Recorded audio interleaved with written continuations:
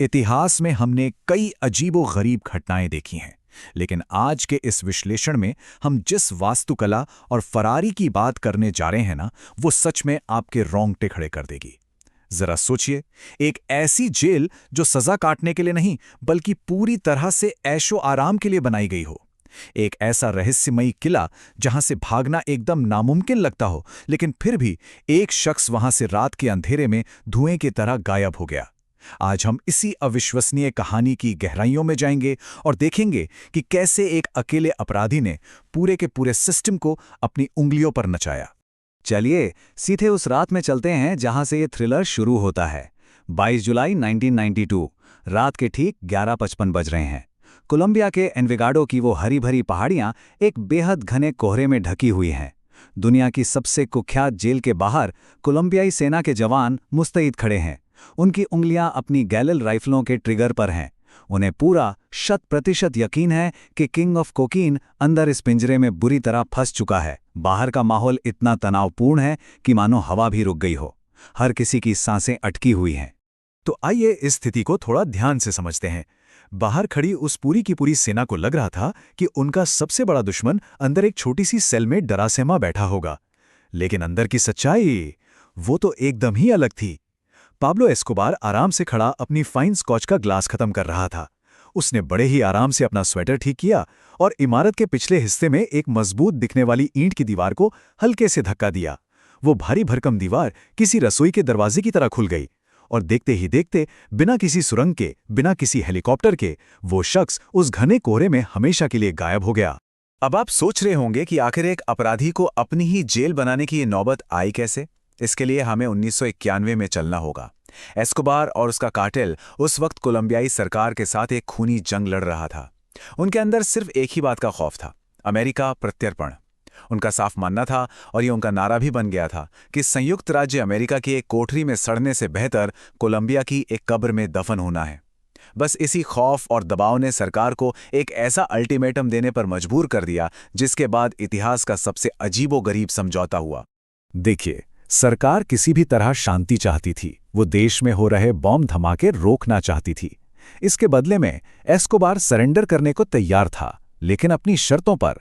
उसने कहा कि वो अपनी जेल खुद बनाएगा, अपने गार्ड खुद चुनेगा, और सबसे चौंकाने वाली शर्त, जो सबसे बड़ी अड़चन बनी, वो थी 3 किलोमीटर का नियम। कोई भी कोलंबियाई पुलिस या सेना का जवान इस संपत्ति के 3 किलोमीटर के दायरे में कदम तक नहीं रख सकता। सरकार उस वक्त इतनी हताश थी कि उन्होंने इस खतरनाक शर्त के आगे घुटने टेक दिए, और बस यहीं से जन्म हुआ ला कैथेड्रल का।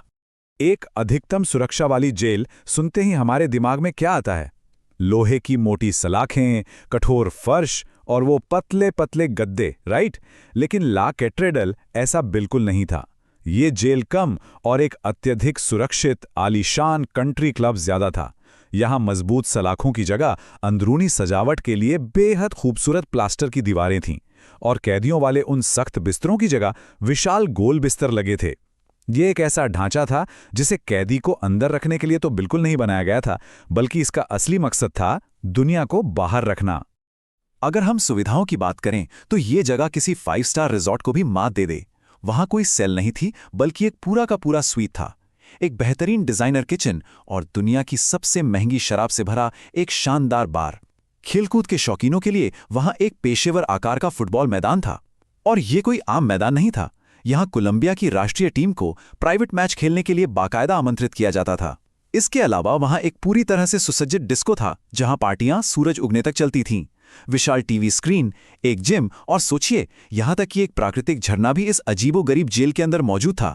अब यहां ध्यान देने वाली सबसे खास बात यह है कि इसने जेल गार्ड की पूरी परिभाषा ही पलट कर रख दी। ला कैथेड्रल में जो गार्ड तैनात थे, वो कोई पुलिस वाले नहीं थे। वो एस्कोबार के अपने वफादार हथियारबंद कर्मचारी थे। ये कोई सुरक्षा व्यवस्था नहीं थी, बल्कि अपनी एक निजी सेना को पनाह देने की एक बेहद ही चालाक रणनीतिक चाल थी। इनका काम अपने बॉस को जेल के अंदर रखना था ही नहीं, बल्कि बॉस के दुश्मनों और राइवल्स को जेल से दूर रखना था। असल में वो जगह एक अभेद्य किला बन चुकी थी। और इन सब अभेद्य सुरक्षा उपायों और शानदार सुविधाओं के पीछे ना एक बहुत बड़ा खेल चल रहा था। ये कोई आरामगाह नहीं थी, ये तो नार्को साम्राज्य का नया हेडक्वार्टर था। इस पहाड़ी किले के अंदर से बिना किसी डर या पुलिस की रोक-टोक के शिपमेंट के ऑर्डर दिए जा रहे थे। हर एक दिन करोड़ों रुपए कमाए जा रहे थे।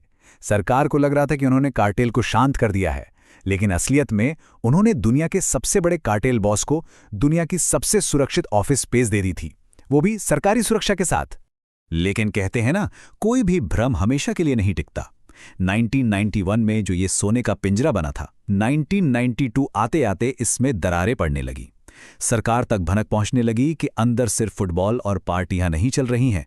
इस किले का काला सच तब पूरी तरह सामने आया जब कार्टेल के ही दो प्रमुख सदस्यों गालियानो और मोनकाडा भाइयों को एक मीटिंग के बहाने जेल के अंदर बुलाया गया और वो वहां से कभी वापस नहीं लौटे।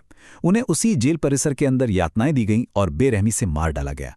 इस खौफनाक सच ने साबित कर दिया कि वो जेल नहीं बल्कि एक सुरक्षित कसाईखाना बन चुका था।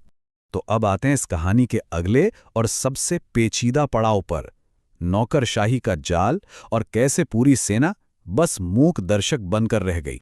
इन हत्याओं के बाद सरकार तुरंत हरकत में आई और बॉस को एक असली सैन्य जेल में शिफ्ट करने का फैसला किया।